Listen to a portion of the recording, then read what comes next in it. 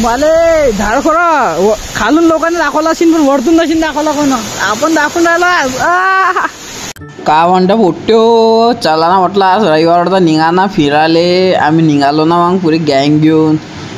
लय दिवस झाले म्हटलं ब्लॉग नाही टाकला आणि आज टाकतो ना म्हटलं भाऊ निघालो आम्ही आमच्या धारकोड्यासाठी पण काय इकडं चिखलाचा रस्ता पाहूनच जीवावर आली ती पण नाही म्हणे घरासमोर मावला रस्ता आणि मग निघालो ना आम्ही आमची गँग घेऊन पूर्ण फक्त तुम्ही सीन पहा एक नंबर सीन आहे आणि असा मोसम तर फक्त ह्याच टाईमला असते आणि आम्ही निघालो मस्त चालत चालत मग धारखोड्याच्या वर जायचं होतं आपल्याला खाली नाही खाली तर सगळेच जातात वर जायचं होतं आपल्याला निघाली आपली गँग आणि जुईचा पैदल 1 किलोमीटर चालून असं भेटल्यावर ह्या सीन पाहून जो मजा आला ना का सांगू अजून तोवर चालत होतं भावा बस जवळच होतो मग निघालो आम्ही आणि रस्ते असे खतरनाक होते की पोट्टे नुसतं स्लिप मारत होते ना काही पकडू चालायचं होतं आम्हाला मस्त अजून भाऊ एवढं दूर फक्त 500 मीटर बाकी होतं आणि जो पाहून खुशी झाली ना एक खालचे लोक दिसत होते आम्हाला धारखोड्याचे आम्ही तिला आवाज दिले म्हणा वरतून म्हटलं पाहून घ्या रे बा पोहोचतच आलो जर ना इथून दिसणं चालू झाला आणि एक्साइटमेंट वाढली आपली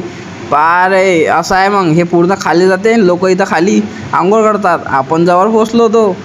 आणि मग पार रील्स यहाँ आकर पता चलता है कि पानी कितनी जोरों से बह रहा है। कुछ साल पहले कुछ स्टूडेंट्स यहाँ पर आए थे बेलीज के इन जंगलों में एक फील्ड ट्रिप के लिए। गळ्यानं काढले ना हथियार तो हथियार नाही जो समजून राहिले तुम्ही हे गॅसवाला हथियार मस्त अंडे करू म्हणे खाऊ आणि हे लोक दिसले आम्हाला म्हटलं काय भाऊ होतं म्हणे दारू म्हणे मोहाची करणं चालू होती आणि मला माहीत नव्हतं हे काय आम्ही बसलो तिथं पाहत मग काय तर कसं पहिल्यांदा पाहिलं आम्ही विषय